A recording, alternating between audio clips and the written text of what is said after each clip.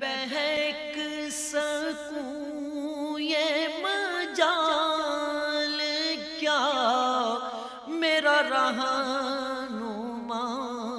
کوئی اور ہے۔ الحمدللہ رب العالمین والصلاة والسلام علی سید الانبیاء والمرسلین اما بعد فاعوذ باللہ من الشیطان الرجیم بسم اللہ الرحمن الرحیم۔ الحمدللہ الہادی پروگرام میں درس قرآن آپ روزانہ تقریباً سماعت فرما رہے ہیں۔ حضرت موسیٰ علیہ السلام کے بارے میں فی الحال درس قرآن کا سلسلہ چل رہا ہے، اور ہماری بات چل رہی تھی کہ موسیٰ علیہ السلام کو جب اللہ تبارک و تعالی نے فرعون کے پاس بھیجا،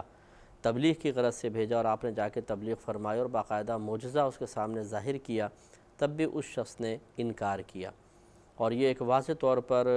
ایک پیغام دیتا ہے کہ جب انسان کی بدبختی اس پر غالب آ جاتی ہے تو اس طرح معجزات دیکھ کر بھی وہ ایمان نہیں لاتا ہے۔ جیسے کہ بعض لوگوں کے پاس ہر چیز، ابھی مسلمانوں میں بھی ہوتا ہے کہ ہر طرح کی نصیحت کا سامان حاصل کرنے کے باوجود بعض اوقات بدبختی اتنی غالب ہوتی ہے کہ اللہ تعالیٰ اس کے رسول کریم صلی اللہ علیہ وسلم کے احکام اور ان کی نصیحتیں اچھی نہیں لگتی ہیں، بلکہ برائی کی طرف ہی دل مائل ہوتا ہے اور برائی کو اس پر فوقیت دے دی جاتی ہے۔ اور ایسے ہی حضرات کو، ایسے ہی بہنوں کو ہم بار بار ان کی خدمت میں دائرہ ادب میں رہ کے گزارشات پیش کر رہے ہیں کہ آج وقتی طور پر اگر ہمارے لیے گرفت کا کوئی سامان نہیں ہے، فوری طور پہ ہمیں کوئی سزا نہیں مل رہی، اللہ تبارک و تعالی ہمیں مہلت دے رہا ہے، ڈھیل دے رہا ہے، تو اس سے ناجائز فائدہ نہیں اٹھانا چاہیے۔ جیسے کہ فرعون نے ایک ناجائز فائدہ اٹھایا، لیکن آخر میں کیا انجام ہوا وہ اللہ تعالیٰ خود انہی آیات کے آخر میں انشاءاللہ آپ دیکھیں گے کہ اس کا انجام کیا ہوا۔ تو ہمیں بھی پھر سوچنا چاہیے کہ اپنے طاقت اور زور، افرادی قوت کی کثرت، ان چیزوں پر بھروسہ کر کے، ان پہ اعتماد کر کے، ان کی وجہ سے گھمنڈ اور غرور میں اور تکبر میں مبتلا ہو کر حق کو نظر انداز کر دینا، یا جو حق پیش کر رہا ہے اس کو انتہائی حقیر اور معمولی سمجھنا کہ تمہاری اوقات کیا ہے کہ تم ہمارے سامنے آ کر ہمیں تبلیغ کر سکو، یہ بہت ہی احمقانہ حرکت ہے۔ یہ ہر اس بڑے نے کی ہے کہ جو پچھلی قوموں کے اندر رسول جب تبلیغ فرمانے لگے تو اکثر بڑے جو رؤساء ہوتے تھے، سردار ہوتے تھے، ان کی یہ حرکت یہی رہی ہے کہ وہ اپنے افرادی قوت کو دیکھ کر، حکومت کو دیکھ کر، مال و متاع کو دیکھ کر، اپنے زور اور طاقت کو دیکھ کر، اور ان کے ساتھ کچھ ضعیفوں کمزوروں کو دیکھ کر یا ان کی تنہائی کو دیکھ کر یہ سوچتے رہے کہ یہ کہاں ہم پر غالب آ سکتے ہیں، اور یہ ہماری شان کے خلاف ہے کہ ہم ان کی بات مان لیں، اور اس طریقے سے وہ غفلت میں مبتلا رہے اور قیامت تک کے لیے نشان عبرت بن گئے۔ ہمیں بھی اس پہ توجہ کرنی چاہیے کہ آج اگر کسی بھی وجہ سے ہمیں غلبہ حاصل ہے تو یہ نہیں ہے کہ ہم سامنے والے کی تنہائی کو دیکھ کر، آج موجودہ دور میں اس کی ناقدری کو دیکھ کر یہ سوچیں کہ جی یہ کہاں اس قابل ہیں کہ ہمیں تبلیغ کر سکیں، اور ہم ان کی بات مان لیں، ایک عام آدمی کی بات مان لیں، ہم تو نہیں مانیں گے۔ تو یاد رکھیں کہ جو آج اللہ تعالیٰ کے ایک قاصد کی بات نہیں مان رہا، وہ یہ نہ سوچے کہ اگر کوئی نبی ہوتے میرے سامنے تو میں بات مان لیتا، بلکہ ہو سکتا ہے کہ نبی بھی سامنے آتے تو وہ ان کی بات کو بھی رد کر دیتا، کیونکہ یہ عادت اصل میں جب ایک بری عادت راسخ ہو جاتی ہے کہ نفس و شیطان کی اتباع اور اطاعت، جب انسان کے اوپر یہ چیز بہت زیادہ غالب آ جاتی ہے، پھر سامنے والا کوئی بھی ہو، جیسے وہ پچھلی قوموں والوں کے سامنے تو معجزات تھے نا، ہمارے نبی کریم صلی اللہ علیہ وسلم نے بھی تبلیغ فرمائی، لیکن اس زمانے کے لوگوں پر یہی ایک کیفیت طاری ہوئی تھی جس نے حق قبول کرنے سے روک دیا تھا۔ تو آج اگر نبی نہیں ہے تو انبیاء علیہ السلام کے قاصدین تو ہیں۔ علماء ورثۃ الانبیاء کہلاتے ہیں کہ علماء انبیاء علیہ السلام کے وارث ہوتے ہیں، یعنی ان کی علمی میراث کو لوگوں تک پہنچاتے ہیں۔ تو آج اگر علماء ارشاد فرما رہے ہیں تو کس عالم کو آپ غلط کہہ کر اس کی بات کو ٹالتے رہیں گے؟ جی فلاں دنیا دار ہے، فلاں بے عمل ہے، فلاں یہ ہیں، فلاں وہ ہیں، کہ سارے کے سارے غلط ہو گئے ہیں۔ کسی کی نصیحت تو قبول کریں، کسی کے واعظ کو تو سمجھیں، کسی کی اچھی بات کو تو سراہیں، کسی کی پختہ نصیحت کو تو قبول کریں، کسی کی اچھی بات کے جواب میں تو ہم اپنا محاسبہ کر کے اپنے عمل کو بہتر کرنے کی کوشش کریں، تبھی فلاح و کامرانی ہماری طرف متوجہ ہوگی۔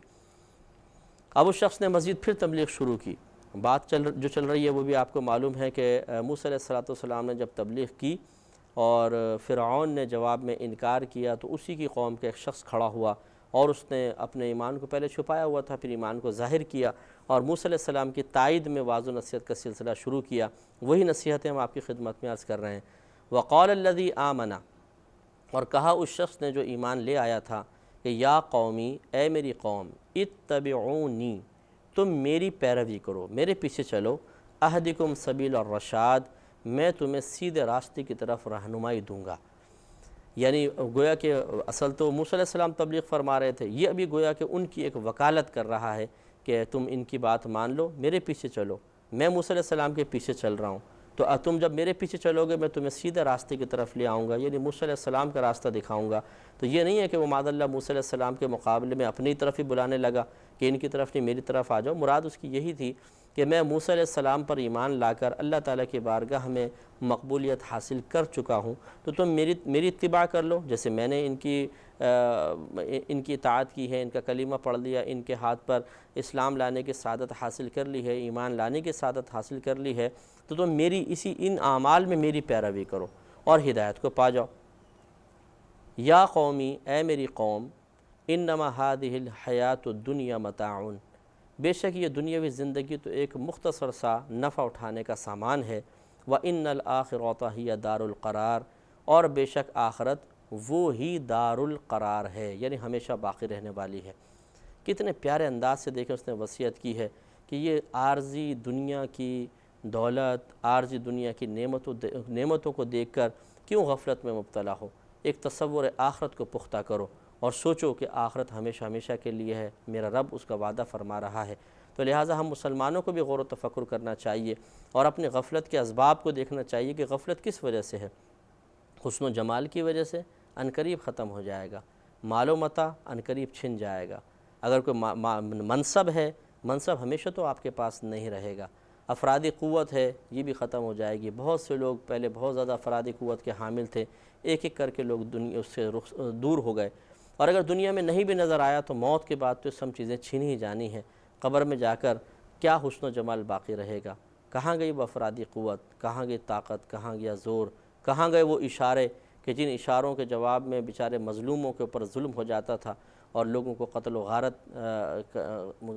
قتل کر دیا جاتا تھا، غارت گری کر دی جاتی تھی، سب ختم ہو گیا۔ تو پھر قبر میں پڑے ہوئے انسان کو بہت زیادہ پچھتاوا ہوگا، حسرت ہوگی کہ یہ میں نے کیا کر دیا، یہ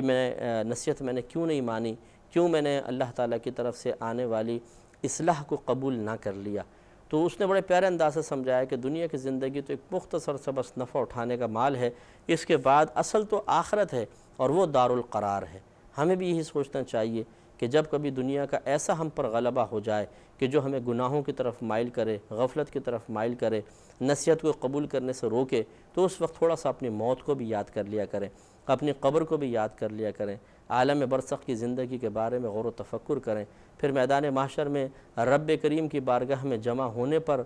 تھوڑا سا تصور کو پختہ کیا جائے، اور اس کے بعد حساب و کتاب، اس کے بعد پھر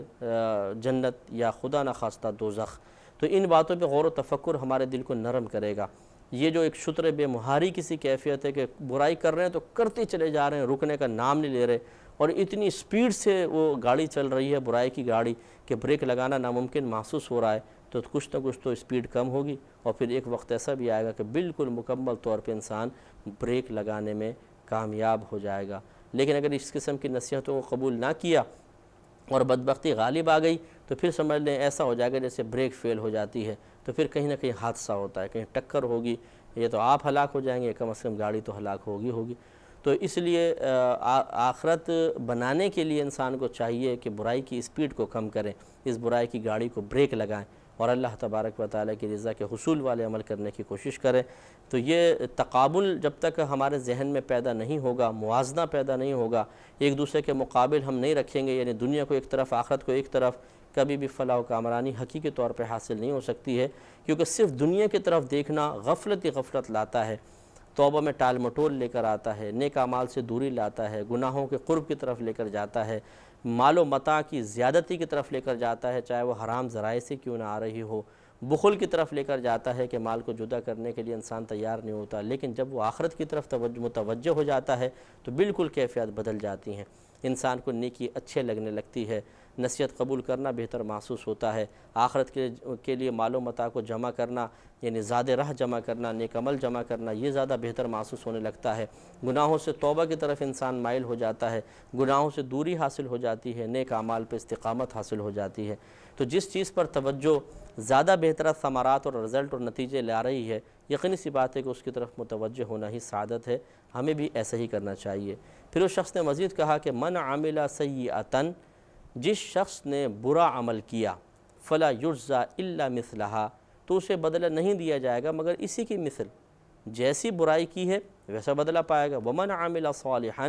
من ذکر او انثی، اور جس نے اچھا عمل کیا مذکر مردوں میں سے ہو یا عورتوں میں سے، وہو مؤمن، اور اس حال میں کہ وہ مومن بھی ہو، فاولئک یدخلون الجنۃ،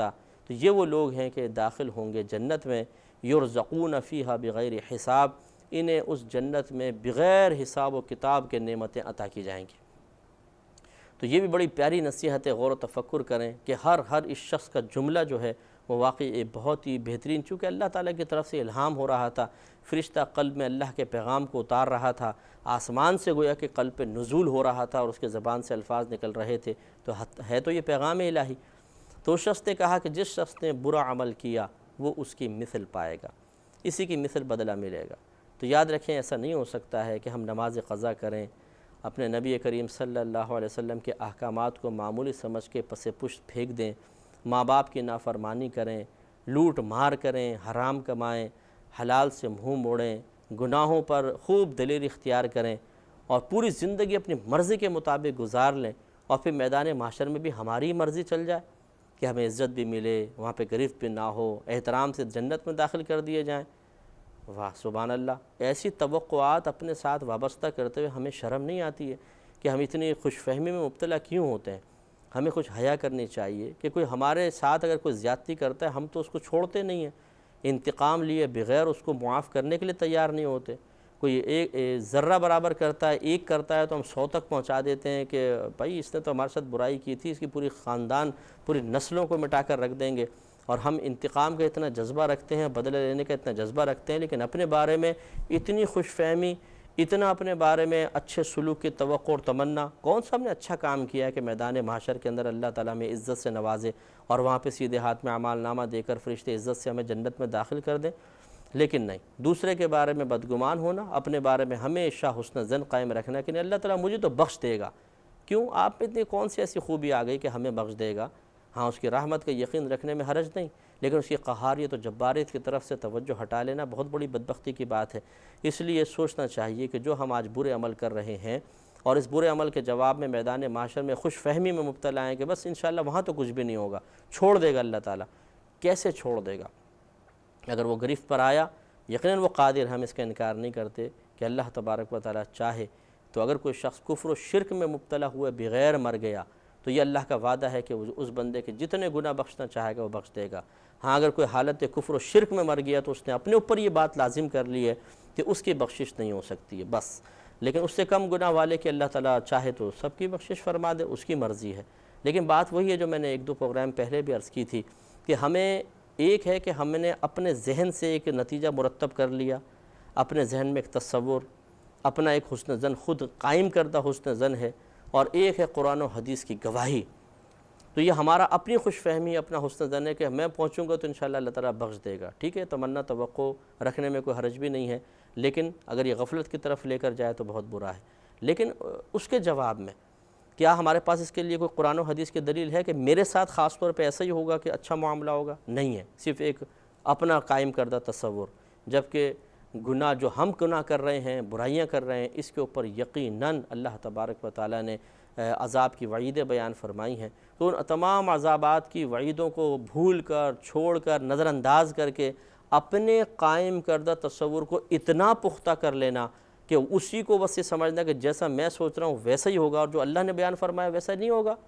کیا وہ سب غلط کہا معاذ اللہ اللہ تعالیٰ نے؟ وہ اتنا معمولی حقیر ہو گیا ہماری نگاہوں کے اندر کہ ہم اس کو نظر انداز کرنے کے لیے تیار ہیں، لیکن جو ہمارا ذہن کہہ رہا ہے اس کو ہم فوقیت دے رہے ہیں۔ تو ایسا نہیں ہونا چاہیے۔ جو اللہ تعالیٰ اس کے رسول نے بیان فرمایا یقیناً بہت توجہ کا طالب ہے، اس لیے برائی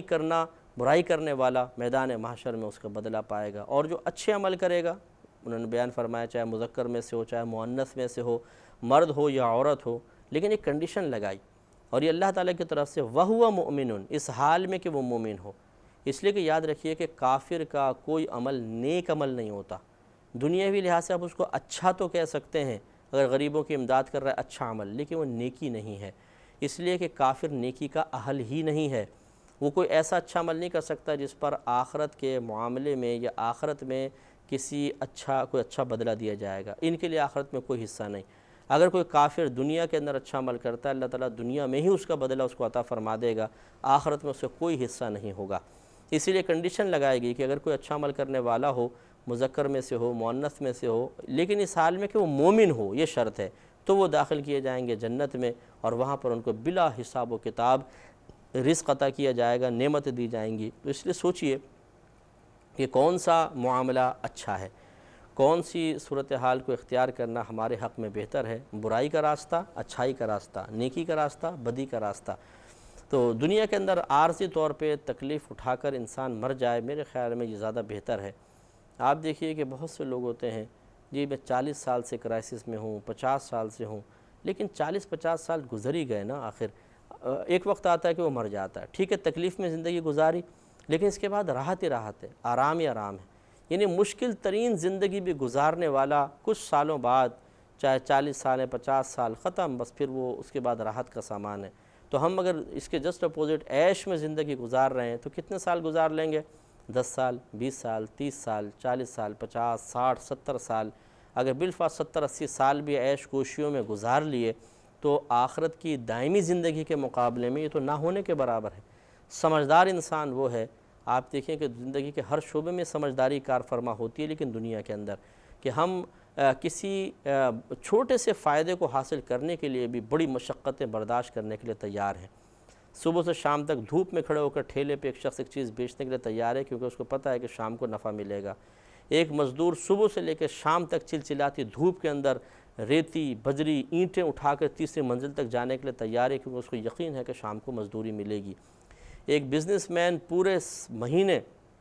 پورے سال سخت دماغی کام اور جسمانی محنت کرنے کے لیے تیار ہے، اس لیے کہ اس کو یقین ہے کہ انعام ملے گا۔ اسی طرح آپ قیاس کرتے چلے جائیے کہ دنیاوی عارضی انعام کے لالچ میں، یا لالچ آپ نہ کہیں اگر آپ اس کو کوئی برا لفظ سمجھتے ہیں، کہ دنیاوی انعام کی توقع اور تمنا میں انسان کس قدر مشقتیں برداشت کرتا ہے۔ معلوم ہوا کہ انسان کی سمجھ،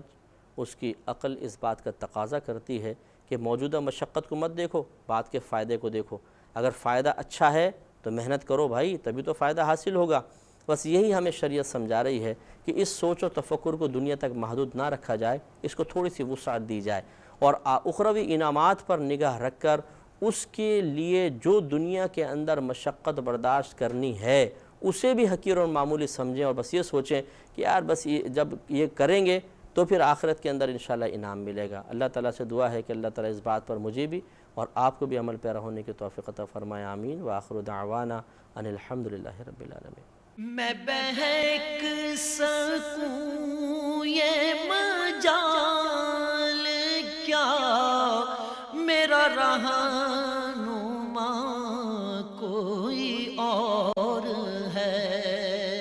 بہک سکوں یہ مجال کیا، میرا رہنما کوئی اور ہے۔ میں بہک سکوں یہ مجال کیا، میرا رہنما کوئی اور ہے۔ میں بہک